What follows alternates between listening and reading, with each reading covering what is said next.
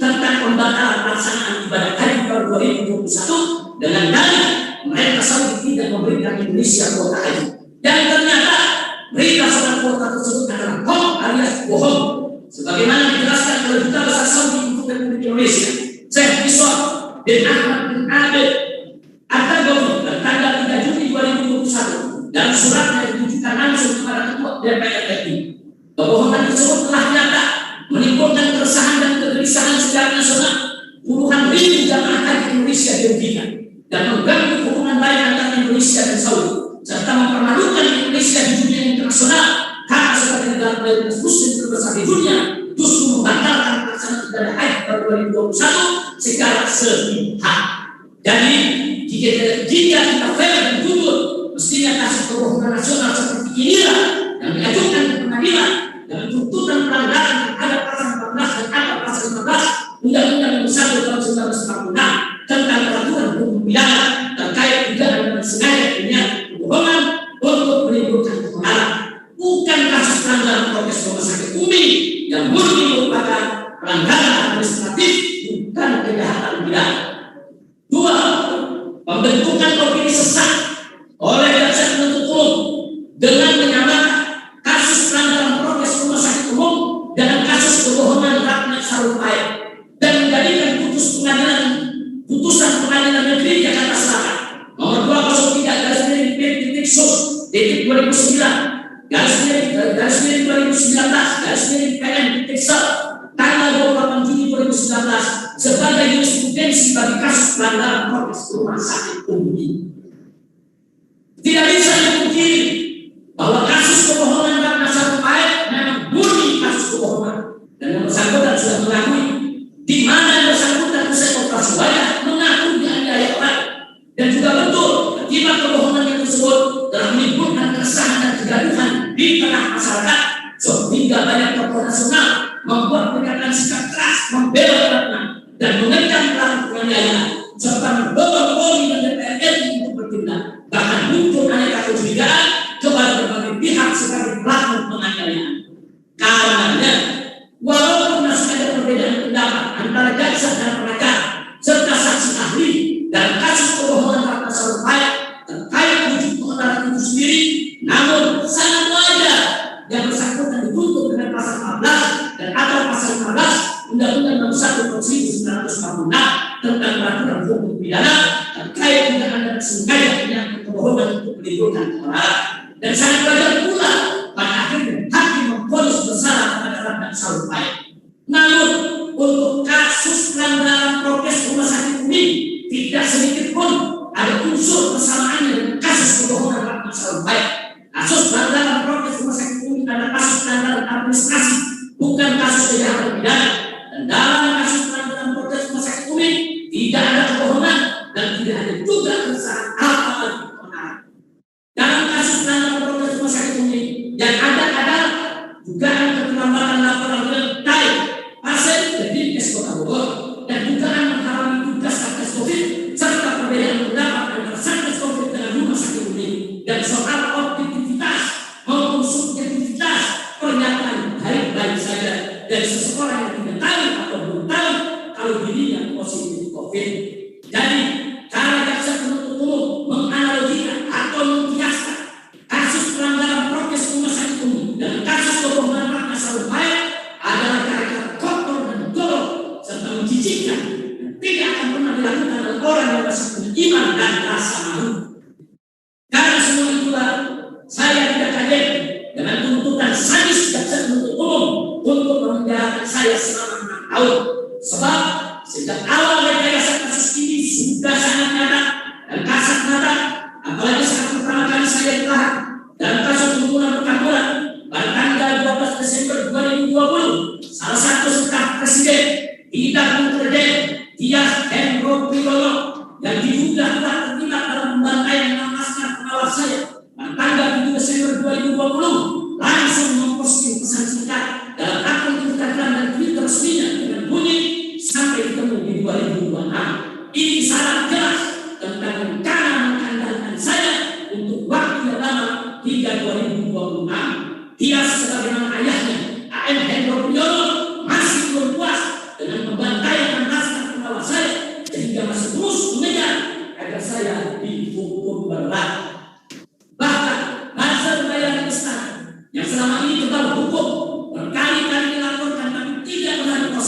yaitu Denny Siregar yang telah memposting cuitan lebih vulgar lagi, yaitu mengakui adanya perintah langsung dari atas untuk habisi saya. Bunyi cuitannya sebagai berikut. Sebenarnya Doni awal-awal masih berkelit untuk gak mendapat ke polisi, tapi tiba-tiba dengan perintah yang mengerikan, habisi aja kalau dia tak mendapat. Untuk capek untuknya, ini perintah dari atas langsung. Jika cuitan ini benar, maka berarti memang ada rekayasa kasus saya dari penyidik kepolisian. Namun, jika cuitan ini tidak benar, maka berarti fitnah terhadap polisi yang mestinya Denny Siregar diproses dan ditangkap. Faktanya, Denny Siregar dibiarkan hingga saat ini sehingga cuitan tersebut menimbulkan berbagai asumsi negatif terhadap institusi kepolisian, bahkan terhadap istana presiden. Belum lagi cuitan-cuitan binaan dan cuitan lain yang dipropagandakan oleh para buzzer kaya seperti Abu Janda, Ade Armando, Eko Kuntadi, Guntur Romli, dan lainnya, serta akun-akun jahat kaki tangan dari anti Tuhan seperti akun di Gembok dan lainnya. Semuanya ini semakin meyakinkan kalau memang di sana ada operasi intelijen besar-besar untuk mentarget saya dan keluarga serta kawan-kawan saya. Semoga Allah Subhanahu wa Ta'ala menghancurkan mereka semua sehancur-hancur dan menyelamatkan bangsa dan negara Indonesia dari rombongan mereka yang selalu mengadu domba anak bangsa. Hasbunallah wa ni'mal wakil, ni'mal maula wa ni'mal nasir. Majelis begini yang mulia, menanggapi tuntutan 6 tahun penjara yang diajukan jaksa penuntut umum terhadap saya, maka Wakil Ketua Dewan Pertimbangan Majelis Ulama Indonesia, Ketua MUI, Kiai Haji Muhyiddin Junaidi, tanggal 3 Juni 2021 menyatakan di berbagai media massa sebagai berikut.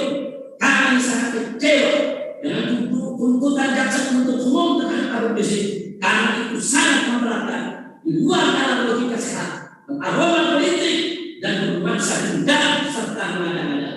Kekecewaan para habaib dan ulama serta umat Islam terhadap tuntutan jaksa penuntut umum sangat wajar karena fakta menunjukkan banyak kasus korupsi yang merugikan miliaran hingga triliunan rupiah kami tuntut ringan, seperti dalam kasus koruptor Joko Chandra. Ternyata Joko Chandra dan jaksa pinangki masing-masing hanya dituntut 4 tahun penjara, sedangkan Irjen Napoleon lebih ringan, hanya dituntut 3 tahun penjara, dan Brigjen Prasetyo lebih ringan lagi, hanya dituntut 2,5 tahun penjara. Bahkan kasus mantan Bos Garuda Harun karena hanya dituntut 1 tahun penjara. Konferensi pers online Indonesia Watch tanggal 19 April 2020 dipaparkan data ICW yang menunjukkan bahwa sepanjang tahun 2019 dari 911 terdakwa korupsi, 604 orang dituntut di bawah 4 tahun penjara. Peneliti ICW Kurnia Ramadana tanggal 20 Maret 2001 memberi keterangan pers bahwa sepanjang tahun 2020 dari 1.298 terdakwa korupsi, rata-rata tuntutan hanya 4 tahun penjara. Jadi, dalam pandangan jaksa penuntut umum bahwa kasus pelanggaran protokol kesehatan bukan sekedar kejahatan biasa, tapi jauh lebih jahat dan jauh lebih berat daripada kasus korupsi yang telah merampok uang rakyat dan membangkrutkan negara, sehingga kasus pelanggaran protokol kesehatan harus dituntut 6 tahun penjara. Bahkan bagi jaksa penuntut umum bahwa kasus pelanggaran protokol kesehatan bukan hanya kejahatan biasa, tapi jauh lebih jahat dan jauh lebih berat daripada kasus penistaan agama yang pernah dilakukan Ahok sehingga berganti satu negeri, juga lebih jahat dan lebih berat daripada kasus penyiraman air keras terhadap petugas negara dan pendidik KPA Novel Baswedan, sehingga salah satu matanya buta permanen. Buktinya penistaan agama Ahok hanya dituntut hukuman percobaan 2 tahun, sedangkan penyiraman air keras ke pendidik KPA hanya dituntut 1 tahun penjara, tapi kasus pelanggaran protokol kesehatan dituntut 6 tahun penjara. Akhirnya kami mohon kepada Allah, semoga majelis hakim yang mulia diselamatkan oleh Allah Subhanahu wa Ta'ala dari jeratan jahat operasi intelijen kita berskala besar tersebut dan diberi kekuatan oleh Allah Subhanahu wa Ta'ala untuk tetap mempertahankan Indonesia sebagai negara hukum, bukan negara kekuasaan, sebagaimana amanat konstitusi Pancasila dan Undang-Undang Dasar 1945. Sebelum saya menyoroti satu persatu dakwaan jaksa penuntut umum, maka perlu saya tegaskan terlebih dahulu di sini. 1. Bahwa kasus tes swab PCR di Rumah Sakit Umi adalah kasus kasus pelanggaran protokol kesehatan. Bahwa kasus pelanggaran protokol kesehatan adalah kasus pelanggaran, bukan kasus pidana, sehingga cukup diterapkan sanksi administrasi, bukan sanksi hukum pidana. 3. Bahwa sesuai instruksi Presiden Republik Indonesia Nomor 6 Tahun 2020 tentang peningkatan disiplin dan penegakan hukum protokol kesehatan dalam pencegahan dan pengendalian coronavirus disease 2019 di halaman 7-8 pada angka 5 dan 6 ditetapkan sebagai berikut. 5. Memuat sanksi terhadap pelanggaran penerapan protokol kesehatan dalam pencegahan dan pengendalian coronavirus disease 2019 atau COVID-19 yang dilakukan oleh perorangan, pelaku usaha, pengelola, penyelenggara atau penanggung jawab tempat dan fasilitas umum. 6. Sanksi sebagaimana dimaksud pada angka 5 berupa A. Teguran lisan atau teguran tertulis, B. Denda sosial, C. Denda administratif, atau D. Penghentian atau penutupan sementara penyelenggaraan usaha. Jadi jelas dalam Impres Nomor 6 Tahun 2020 tersebut, pelanggaran protokol kesehatan hanya diterapkan hukum administrasi, bukan hukum pidana penjara. 4. Bahwa seluruh dakwaan pidana terhadap kasus pelanggaran protokol kesehatan harus dibatalkan demi hukum. 5. Bahwa tuntutan jaksa penuntut umum dalam kasus tes swab PCR rumah sakit Umi adalah bentuk penyalahgunaan wewenang abuse of power yang melampaui batas, bentuk kriminalisasi pasien dan dokter serta rumah sakit yang harus dihentikan, serta bentuk diskriminasi hukum dan manipulatif sehingga wajib dibatalkan demi hukum. Hasbunallah wa ni'mal wakil, ni'mal maula wa ni'mal nasir, wala haula wala quwwata illa billahil aliyyil azim. Majelis hakim yang mulia, selanjutnya saya akan menyoroti satu persatu dakwaan jaksa penuntut umum sebagai A. Dakwaan kesalahan. Satu lagi primer, bahwa dakwaan pertama primer dari surat dakwaan penuntut umum adalah mengenai perbuatan sebagaimana diatur dan diancam dalam pasal 14 ayat 1 Undang-Undang Nomor 1 tahun 1946 tentang peraturan hukum pidana junto pasal 45 ayat 1 ke 1 KUHP. Bahwa pasal 14 ayat 1 Undang-Undang Nomor 1 tahun 1946 tentang peraturan hukum pidana berbunyi sebagai berikut. Barang siapa dengan menyiarkan berita atau pemberitahuan bohong dengan sengaja menerbitkan keonaran di kalangan rakyat dihukum dengan hukuman penjara setinggi-tingginya 10 tahun. Ayat ini sama sekali tidak bisa diterapkan terhadap saya dalam kasus tes swab PCR rumah sakit Umi Kota Bogor karena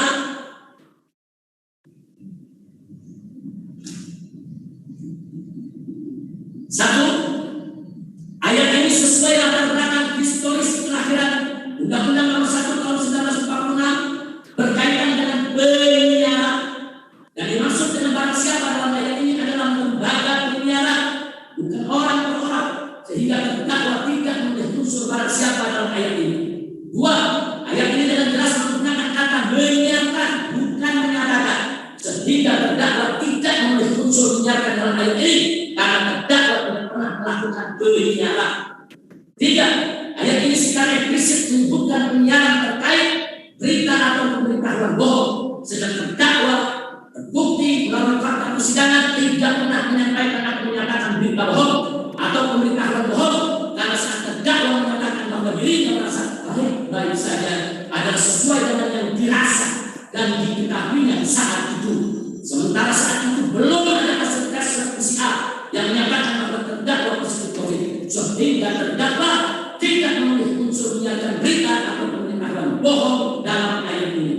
4. Ayat ini mensyaratkan adanya niat itikat, yaitu mention real dalam penyiaran berita bohong untuk menimbulkan keonaran di tengah masyarakat, dan keonaran itu harus benar-benar terjadi sebagai akibat dari penyiaran berita bohong tersebut, sebagaimana termaktub dengan sengaja menerbitkan keonaran di kalangan rakyat. Unsur ini lebih tidak terpenuhi lagi karena pertama, unsur penyiarannya tidak ada, lalu kedua, unsur kebohongannya juga tidak ada, dan ketiga, terbukti di persidangan bahwa pernyataan terdakwa justru diniatkan dan dimaksudkan serta ditujukan untuk memberikan keresahan, bukan membuat keonaran. Dan faktanya tidak ada keresahan apalagi keonaran di Kota Bogor maupun di tempat lainnya akibat perawatan terdakwa di Rumah Sakit Umi Kota Bogor.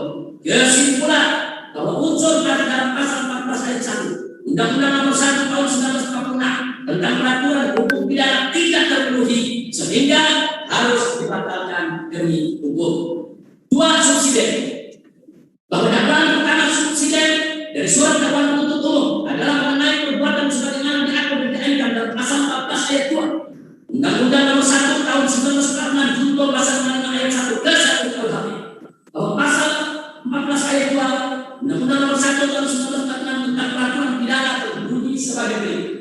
Barang siapa menyiarkan suatu berita atau mengeluarkan pemberitahuan dapat menerbitkan keonaran di kalangan rakyat, sedangkan dia patut dapat menyangka bahwa berita atau pemberitahuan itu adalah bohong, dihukum dengan penjara setinggi-tingginya 3 tahun.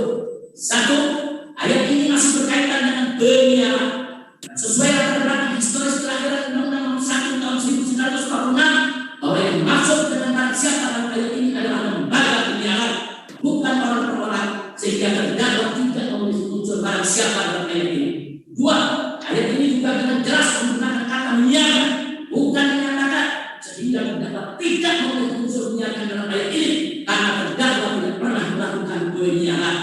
Ayat ini secara eksplisit mengikat penyiaran suatu berita atau pengeluaran pemberitahuan dengan 2 syarat. Pertama, yang dapat menerbitkan keonaran di kalangan rakyat, dan kedua, yang patut dapat menyangka bahwa berita atau pemberitahuan itu adalah bohong. Untuk syarat pertama, sama sekali tidak terpenuhi karena fakta persidangan menunjukkan sangat meyakinkan bahwa terkait perawatan terdakwa di rumah sakit umum sama sekali tidak ada keonaran dan bentuk apapun di Kota Bogor maupun di tempat lain. Dan untuk syarat kedua juga tidak terpenuhi karena sesuai dengan terdakwa dan saksi mahkota bahwa pernyataan mereka saksi mahkota yaitu Habib Al-Atas dan Dr. Antara bahwa pernyataan mereka diniatkan dan dimaksudkan serta ditujukan untuk meredam keresahan, sehingga yang mereka duga dan sangka bahkan yakin bahwa pernyataan tersebut justru akan meredakan keresahan, bukan menimbulkan keonaran. Dan ternyata faktanya tidak ada keresahan apalagi keonaran di Kota Bogor maupun di tempat lain yang akibat perawatan terdakwa di rumah sakit umum di Kota Bogor. Kesimpulan bahwa unsur dan pasal 14 ayat 2 Undang-Undang Nomor 1 Tahun 1946 tentang peraturan hukum pidana juga tidak terpenuhi sehingga harus dibatalkan demi hukum. 3. Lebih subsidi.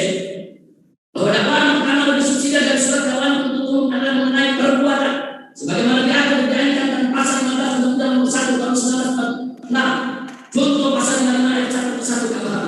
Bahwa pasal 15 Undang-Undang Nomor 1 Tahun 1946 tentang peraturan hukum pidana berbunyi sebagai berikut.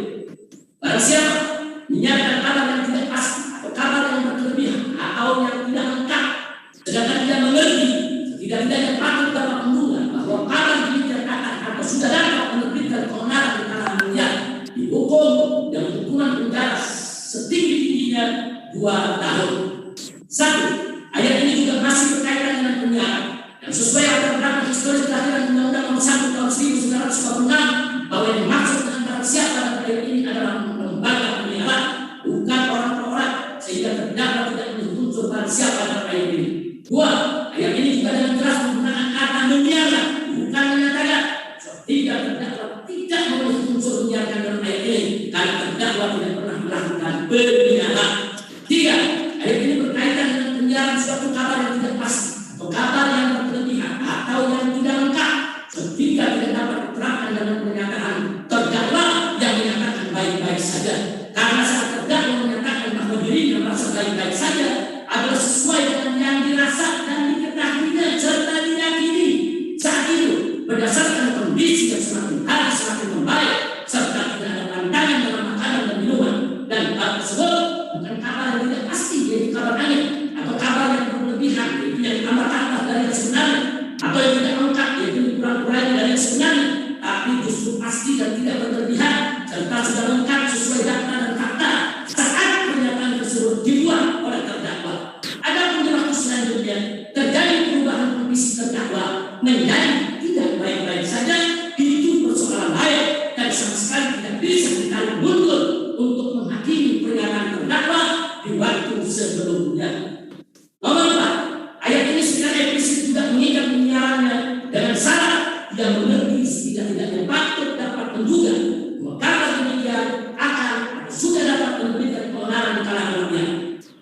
Sehingga sama sekali tidak bisa dikerahkan untuk pernyataan terdakwa karena sesuai keterangan terdakwa dan saksi mahkota maupun dokter Antara bahwa pernyataan mereka ini dan dimaksud serta ditujukan untuk meredam keresahan sehingga yang mereka duga, yang mereka sangka, bahkan yang mereka yakin bahwa pernyataan tersebut justru untuk meredam keresahan, bukan menimbulkan kebenaran. Dan ternyata faktanya tidak ada keresahan apalagi kebenaran di Kota Bogor maupun di tempat lainnya akibat perawatan terdakwa di Rumah Sakit Umum Kota Bogor. Kesimpulan bahwa unsur dalam pasal 15 Undang-Undang Nomor 1 Tahun 1946 tentang peraturan hukum pidana juga tidak terpenuhi sehingga harus dibatalkan demi hukum. Selain itu, seluruh isi dakwaan ke-1 baik yang primer maupun yang subsidiar dan yang lebih subsidiar dengan penerapan pasal 14 dan 15 dari Undang-Undang Nomor 1 Tahun 1946 saat ini sudah tidak relevan. Karena satu, dari segi asas dan teori serta prinsip hukum bahwa asas umum dalam penafsiran hukum pidana yang harus diperhatikan adalah prinsip relevansi. Dua, dari segi penerapan hukum bahwa sejak Orde Lama hingga Orde Baru tidak ada satu kasus pun yang dikenakan pasal ini. Baru belakangan ini muncul penerapan pasal ini terhadap sejumlah tokoh oposisi dan kental warna politisnya sehingga semestinya ranah pengadilan yang mulia dan terhormat wajib dijauhkan sejauh-jauhnya dari intervensi politik pihak manapun. Tiga, dari segi jenis pidana bahwa Undang-Undang Nomor 1 Tahun 1946 tidak ada kaitan dengan prokes ataupun PSBB sehingga tidak boleh digunakan untuk mempidanakan pelanggaran protokol kesehatan. Empat, dari segi penafsiran teks hukum bahwa penafsiran teks hukum tidak boleh lepas dari sejumlah metode penafsiran teks yang telah diakui oleh pakar hukum pidana maupun pakar teori hukum pidana, juga pakar sosiologi hukum dan pakar linguistik forensik, yaitu satu, interpretasi gramatikal atau bahasa, yaitu penafsiran teks hukum sesuai bahasa umum sehari-hari. Itulah sebabnya penafsiran penyiaran dalam pasal 14 ayat 1 Undang-Undang Nomor 1 Tahun 1946 tentang peraturan hukum pidana harus dibedakan dengan penafsiran pernyataan. Begitu juga penafsiran keonaran harus dibedakan dari penafsiran keresahan atau perbedaan pendapat atau pro kontra. Dan penafsiran bahasa tidak boleh lepas dari kamus besar bahasa Indonesia atau kamus bahasa yang dipercaya. Seperti kamus besar bahasa Indonesia KBBI yang menjadi rujukan resmi dalam bahasa Indonesia. Terkait makna menyiar dalam KBBI disebutkan beberapa arti, yaitu A. Meletakkan kenalaman, B. Memberitahukan kepada umum melalui radio, surat kabar dan sebagainya, mengumumkan berita dan sebagainya, C. Menyebarkan atau mempropagandakan pendapat paham agama dan sebagainya, D. Menerbitkan dan membuat buku, gambar, foto dan sebagainya, C. Memancarkan cahaya terang dan sebagainya, F. Mengirimkan lagu-lagu, musik, pidato dan sebagainya melalui radio. Oleh karena itu, ahli hukum pidana, saksi ahli hukum pidana, Dr. Muzakir di depan persidangan menyampaikan pendapat bahwa rekaman video testimoni saya hanyalah sebuah pernyataan, bukan penyiaran. Begitu juga rekaman video klarifikasi Habib Hanif Alatas dan wawancara Dr. Antara saat ditanya wartawan, sehingga semuanya tidak bisa diterapkan pasal 14 ayat 1 Undang-Undang Nomor 1 Tahun 1946 karena hanya sebuah pernyataan, bukan penyiaran. Lalu terkait makna kebenaran, dalam KBBI disebutkan bahwa artinya adalah kegemparan, kerusuhan dan keributan. Saksi ahli linguistik forensik Dr. Franz dan ahli sosiologi hukum Profesor Dr. Muslim Umar serta ahli hukum pidana Dr. Muzakir yang ketiganya dihadirkan oleh saya dan penasihat hukum menerangkan di depan persidangan bahwa onar adalah kerusuhan dan keributan serta huru-hara, bukan keresahan. Saksi ahli sosiologi hukum Dr. Trubus yang dihadirkan oleh jaksa penuntut umum dalam BAP-nya tanggal 18 Januari 2020 pada jawaban nomor 9 di halaman 14 menyatakan penjelasan pasal 14 Undang-Undang Nomor 1 Tahun 1946 memberikan penjelasan bahwa yang dimaksud dan memecahkan hati penduduk yang tidak sedikit jumlahnya, tapi lebih dari itu berupa kekacauan. Saksi ahli teori hukum pidana Dr. Abdul Syahbar yang dihadirkan oleh saya dan penasihat hukum menerangkan di dalam persidangan dan juga menerangkan dalam pendapat hukumnya halaman 76 sebagai berikut. Timbulnya keonaran sebagaimana dimaksudkan dalam pasal 14 ayat 1 menunjukkan bahwa delik ini adalah delik tertib, harus benar-benar terjadi keonaran di kalangannya. Menyangkut tentang makna keonaran, penjelasan pasal 14 menyatakan keonaran adalah lebih hebat daripada kegelisahan dan menggoncangkan hati penduduk yang tidak sedikit jumlahnya, kegagalan, muat, juga keonaran. Lalu saksi ahli Dr. Abdul Syahbar menekankan dengan adanya penafsiran otentik, saya ulangi,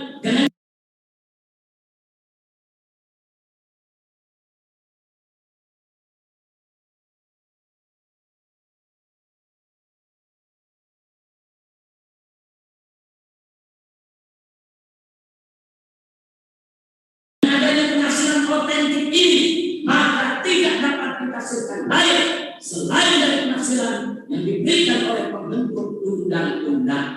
Dengan demikian, tidak ada alasan bagi jaksa penuntut umum untuk menafsirkan keonaran dengan tafsirnya sendiri yang memasukkan kesaktian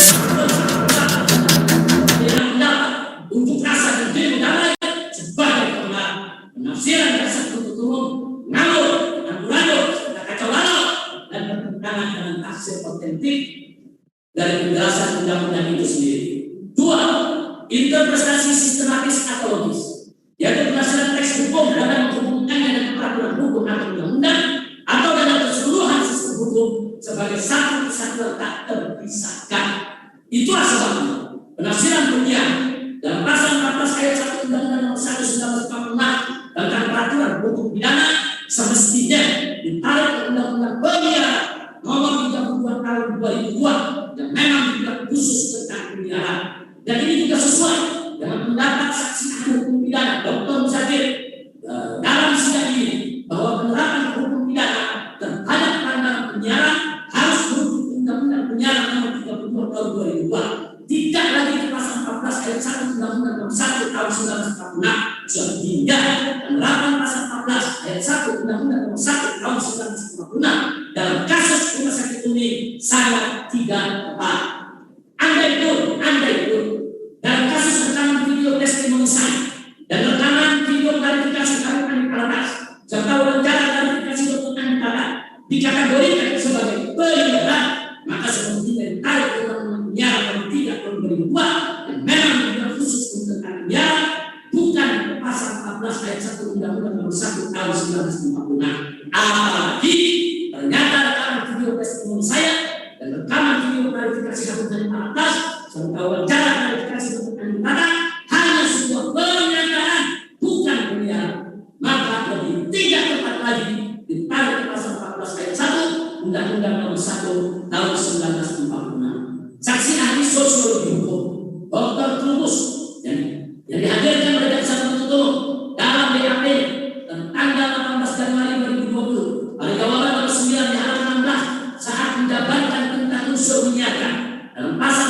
14 dan 15 Undang-Undang Nomor 1 Tahun 1946 menyatakan dengan demikian tindak pidana penyebaran berita bohong dalam pasal 14 dan pasal 15 Nomor 1 Tahun 1946 diklasifikasikan sebagai delik pers karena ada syarat utama berupa unsur publikasi, meskipun dalam pasal 14 dan pasal 15 Undang-Undang Nomor 1 1946 tidak menyebutkan mengenai sarana atau media yang digunakan untuk menyebarkan berita bohong atau kabar angin atau kabar wisata dengan tambahan atau dukungan tersebut, apakah melalui lisan atau tulisan. 3. Interpretasi historis atau sejarah, yaitu penafsiran teks hukum sesuai sejarah lahirnya teks tersebut. Itulah sebabnya penafsiran pasal 14 ayat 1 Undang-Undang Nomor 1 Tahun 1946 tentang peraturan hukum pidana harus melihat sejarah lahirnya dalam situasi darurat pada saat awal kemerdekaan Indonesia, di mana ada pihak-pihak yang menyiarkan berita bohong untuk menimbulkan keonaran sehingga berpotensi mengganggu kemerdekaan dan kedaulatan Indonesia, sehingga tidak tepat diterapkan di zaman yang kita sudah sudah merdeka lebih dari 75 tahun. Semua ahli hukum pidana, dan ahli hukum tata negara, serta ahli hukum kesehatan yang dihadirkan oleh saya dan penasihat hukum, yaitu Dr. Refki Harun, ahli tata negara, Dr. Musafir, ahli hukum pidana, Dr. Abdul Khair Ramadan, ahli teori hukum pidana, Dr. Lutfi Hakim, ahli hukum pidana kesehatan, dan Dr. M. Nasir, ahli hukum kesehatan. Semuanya sepakat bahwa penerapan Undang-Undang Nomor 1 Tahun 1946 di zaman sekarang untuk konteks kekinian sudah tidak relevan, karena undang-undang tersebut saat dibuat untuk konteks kondisi darurat lalu merdeka dan penuh dengan berita bohong untuk membuat kemenangan. Saksi ahli Dr. Musafir menyampaikan pendapatnya di depan persidangan dan juga dituangkan dalam tulisan pendapat hukumnya halaman 33 sebagai berikut, bahwa pasal 14 dan 15 Undang-Undang Nomor 1 Tahun 1946 dibuat dengan cara menghapus pasal 171 KUHP diganti dengan pasal 14 dan 15 tersebut yang diatur berdiri di luar pidana kodifikasi garis miring KUHP, yaitu dalam Undang-Undang Nomor 1 Tahun 1946. Penghapusan pasal 171 KUHP tersebut melalui S47 garis miring 180 yang memuat norma hukum yang sama dengan pasal pengganti dengan perbedaan ancaman pidana yang lebih berat. Dalam pasal 171 KUHP ancamannya paling lama 3 tahun penjara, sedangkan dalam pasal 14 ayat 1 nomor 1 tahun 1946 ancamannya paling lama 10 tahun penjara.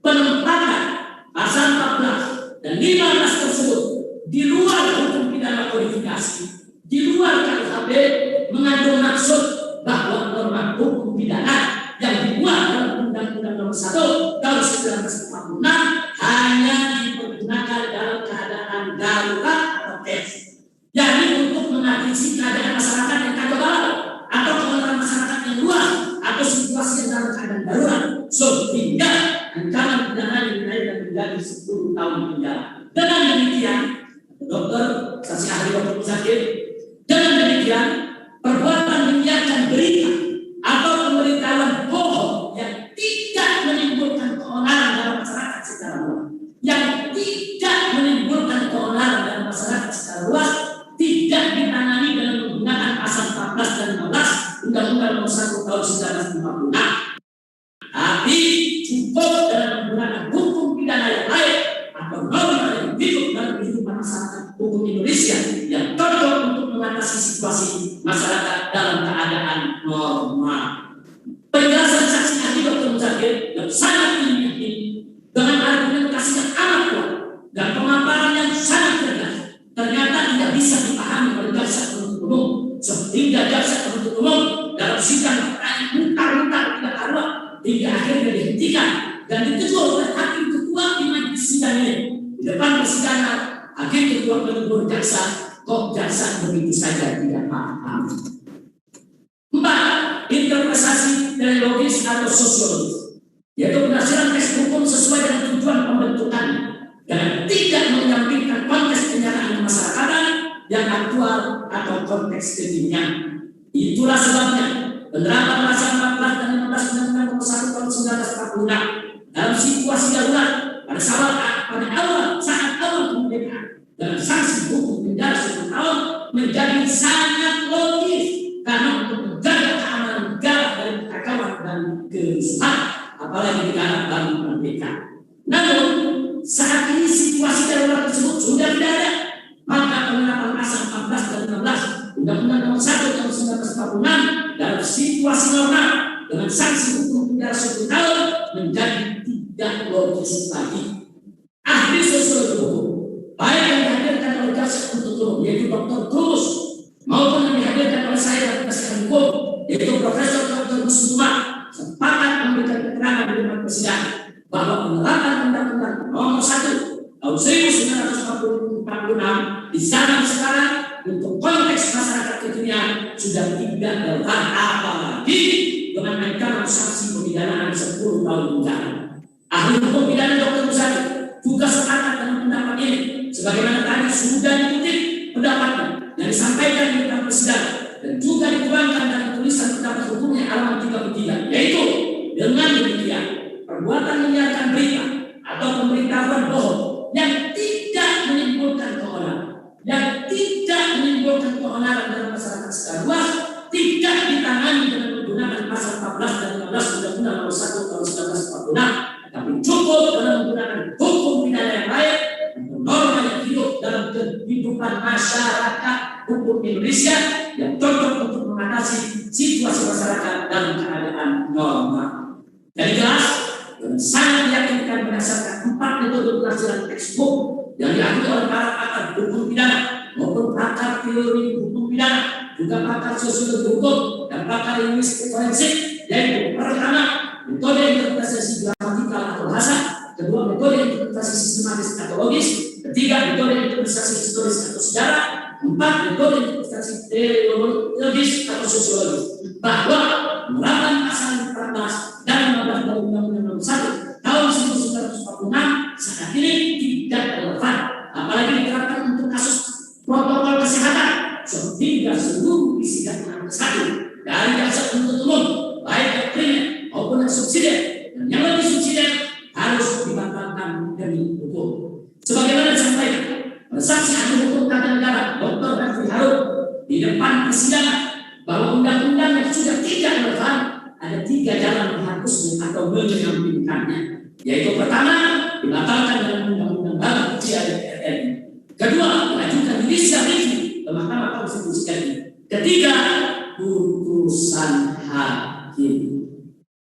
Karena kami sangat berharap agar majelis hakim yang mulia berani menyampingkan penerapan pasal 14 dan 15 Undang-Undang Nomor 1 Tahun 1946 karena sudah tidak relevan, sehingga ke depan bisa menjadi jurisprudensi bagi penanganan hukum penjara berita bohong yang menimbulkan keonaran dengan menggunakan hukum lain yang sesuai dengan konteks kehukuman.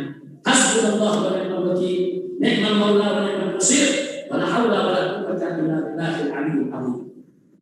Bahan kedua, bahwa dakwaan kedua dari surat dakwaan penuntut umum adalah mengenai perbuatan sebagaimana diatur dalam pasal 14 ayat 1 Undang-Undang Republik Indonesia Nomor 4 Tahun 1984 tentang wabah penyakit menular, junto pasal 5 ayat 1 disatukan KUHP, bahwa pasal 14 ayat 1 Undang-Undang Nomor 4 Tahun 1984 tentang wabah penyakit menular berbunyi sebagai berikut: barang siapa dengan sengaja menghalangi pelaksanaan penanggulangan wabah sebagaimana diatur dalam undang-undang ini diancam dengan pidana penjara selama-lamanya 1 tahun dan atau denda setinggi-tingginya 1 juta rupiah. Pasal ini juga tidak bisa dan tidak boleh diterapkan untuk kasus tes swab PCR rumah sakit ini, karena saya dan keluarga maupun rumah sakit ini tidak pernah menghalangi pelaksanaan penanggulangan wabah dan tidak pernah menghalangi Satgas Covid dalam melaksanakan tugasnya. Buktinya, 1, saat Wali Kota Bogor Bimaya dan Satgas Covid Kota Bogor datang ke rumah sakit ini disambut hangat oleh rumah sakit ini maupun keluarga saya yang diwakili oleh kami dari atas, dan ini diakui sendiri oleh Wali Kota Bogor Bimaya dalam kesaksian dari persidangan ini.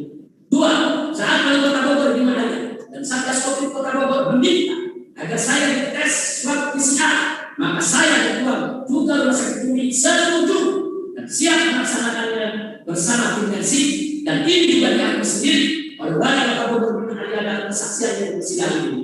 3, saat Wali Kota Bogor Bimaya dan Satgas Covid Kota Bogor meminta agar pelaksanaan tes swab PCR terhadap saya yang akan dilakukan oleh tim medis didampingi oleh Satgas Covid Kota Bogor, maka saya dan keluarga juga rumah sakit ini setuju dan menjadwalkannya, dan ini pun diakui sendiri oleh Wali Kota Bogor Bima Arya dalam kesaksian dari persidangan ini. 4, saat pelaksanaan tes swab PCR terhadap saya oleh tim medis sesuai jadwal yang sudah ditentukan, ternyata tim Satgas Covid Kota Bogor tidak datang.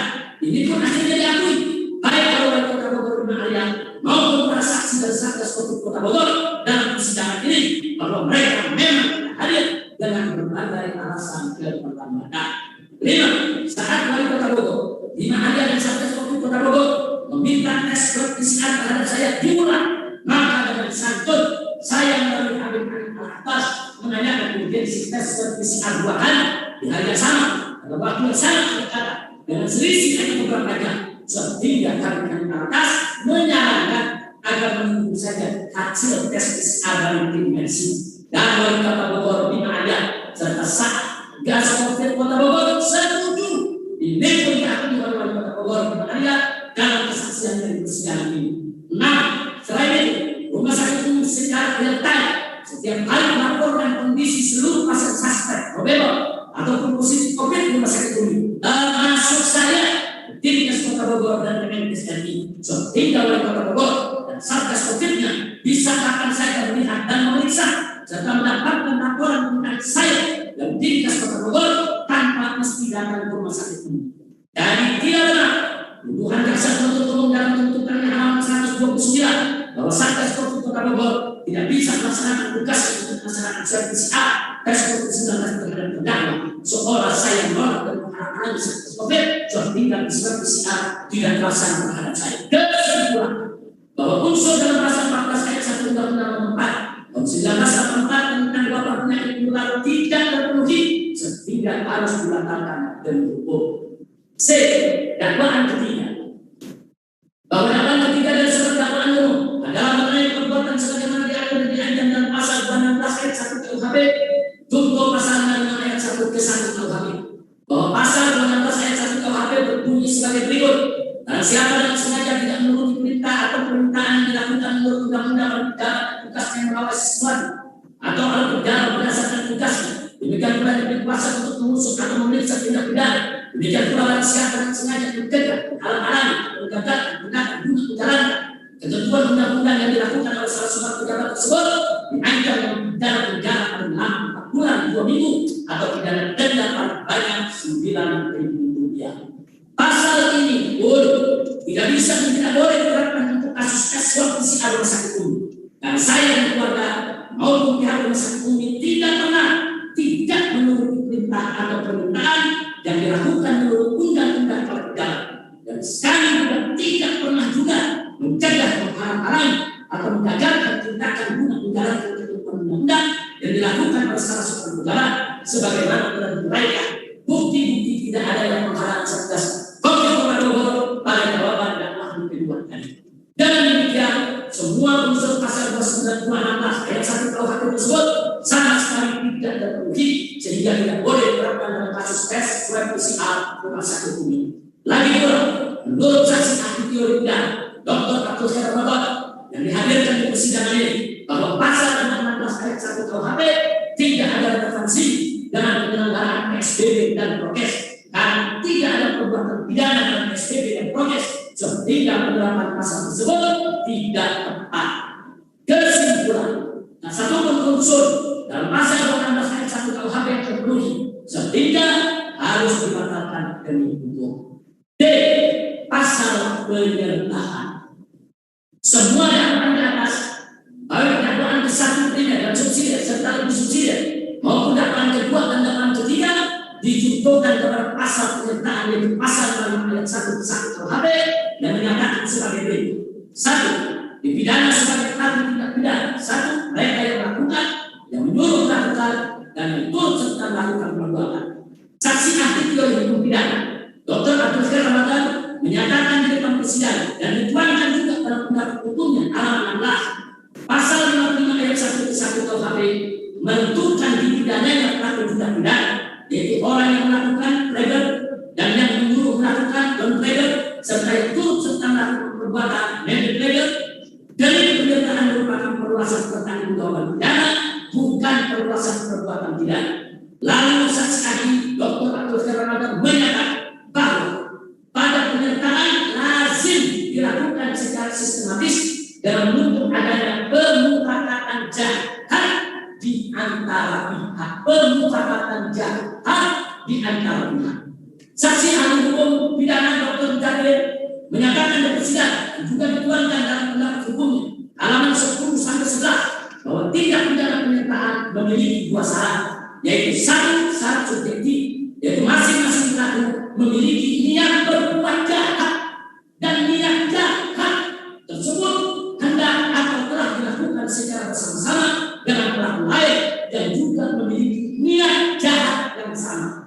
2. Syarat objektif, yaitu adanya hubungan antara perlakuan atau perbuatan yang dilakukan oleh pelaku 1 dengan pelaku lain yang sedemikian rupa untuk melaksanakan niat yang melakukan kejahatan secara bersama-sama. Jadi pasal penyertaan ini berkaitan dengan niat jahat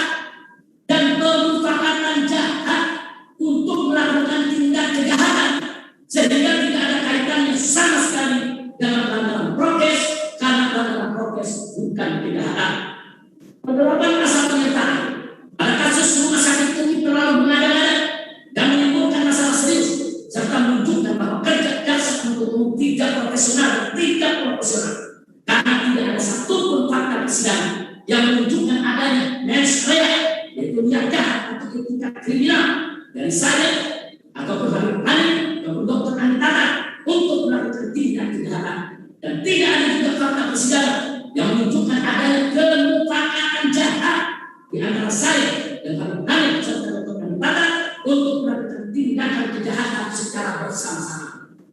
Justru sebaliknya, terbukti melalui fakta persidangan bahwa pernyataan saya dan Habib Hanif serta Dr. Anitara tentang kondisi saya baik-baik saja untuk meredam kejahatan berita hoax, untuk meredam kejahatan berita hoax, menyesatkan masyarakat, dan terbukti dalam pernyataan saya dan Habib Hanif serta Dr. Anitara tersebut menciptakan ketenangan dan menghilangkan kesalahan. Pada pembahasan keadaan telah diuraikan bahwa seluruh pasal-pasal yang disebutkan tak satu pun terpenuhi unsur, sehingga penerapan pasal kalimat ayat 1 ke 1 KUHP pada kasus rumah sakit Umi menjadi batal dengan sendirinya, manakala pasal-pasal yang dibutuhkan kepada yang tidak terpenuhi unsur. Kesimpulan, satu pun unsur dalam pasal kalimat ayat 1 ke 1 KUHP terpenuhi, sehingga harus dibatalkan dan ditutup. Hasbunallah wa ni'mal wakil, ni'mal maula wa ni'mal nasir, wa la haula wa la quwwata illa billahil aliyyil azim. Akhirnya sampai ke penutup majelis hakim yang mulia. Bab 8 penutup. Kepada yang mulia majelis hakim, kepada yang tercinta seluruh penasihat hukum, kepada yang terhormat semua jaksa penuntut umum, kepada yang istimewa segenap pecinta keadilan dimanapun berada. Mari kita berdoa semoga majelis hakim yang mulia diberi kekuatan oleh Allah Subhanahu wa Ta'ala untuk menegakkan keadilan dan menenangkan kita iman, serta menjadi garda terdepan dalam menjaga tatanan hukum di Indonesia agar tidak dirusak oleh mafia hukum manapun. Semoga majelis hakim yang mulia bisa menjaga kemurnian dan kemuliaan pengadilan ini dari politik kriminalisasi yang mempraktekkan pidanaisasi dan diskriminasi hukum serta manipulasi fakta yang membahayakan agama, bangsa dan negara. Karena manakala perangkat dan instrumen negara banyak terkontaminasi praktek jahat oligarki, maka sidang pengadilan yang dipimpin oleh para hakim yang jujur baik amanah adalah menjadi harapan rakyat untuk menyelamatkan tatanan hukum demi tegaknya keadilan dan rendahnya kejahatan. Dan kepada seluruh rakyat dan bangsa Indonesia, saya saudara untuk bergerak bersama-sama dengan para penegak hukum sejati dalam melawan segala bentuk kezaliman demi tegaknya keadilan. Sebelum saya akhiri dari saya izinkan segenap untuk saya berdoa untuk kita semua. Bismillahirrahmanirrahim. Alhamdulillahirabbil alamin. Wassalatu wassalamu ala sayyidil mursalin wa ala alihi wa sahbihi wa ashabihi tayyibin wa atba'ihi ila yaumiddin. Allahumma arina al-haqqa haqqan warzuqna ittiba'ah wa arina al-batila batilan warzuqna ijtinabah. Allahumma ansurna 'ala a'da'ina wa 'a'da'ika wa 'a'da'id din ajma'in. Allahumma la tu'akhidhna 'a'da'a fina wa la minna wa la tusallithum 'alaina bi dhunubina wa junubina. Allahumma ij'al kaydahum fi nahdihim wa makrahum 'a'idan 'alaihim innaka 'ala kulli shay'in qadir. Allahumma 'alaika bi-hukami dhalimin. Allahumma 'alaika bi-hukami dhalimin. Allahumma 'alaika bi-hukami dhalimin. Allahumma 'alaika bi-su'ama'i dhalimin wa bi-sahih dhalimin. Allahumma masjid jam'ahum wa shaddid samlahum wa masjid wahdatahum wa kharrij quwwatahum wa zalzil aqdamahum wa qallil adadahum wa kull ahadahum wa karrir tadbirahum wa karrir tadbirahum wa tanbirhum tadbira. Allahumma sunna nasran azizan wa fathan mubina wa khalasan jalila wa farajan ajila wa imaman adila wa baladan aminan mubarak. Mansurna fi hadhihi al-mahkam wa akhrijna min as-sijn sari'an ajila fi lutfin wa khairin wa afiyah warjina ila buyutina wajma'na ma ahli baitina wa ashabina wa ahbabina bari fa'il musari dari farisi wa ayyul mansurin bi haqqi sayyidil mursalin bi rahmatika ya arhamar rahimin walhamdulillahi rabbil alamin.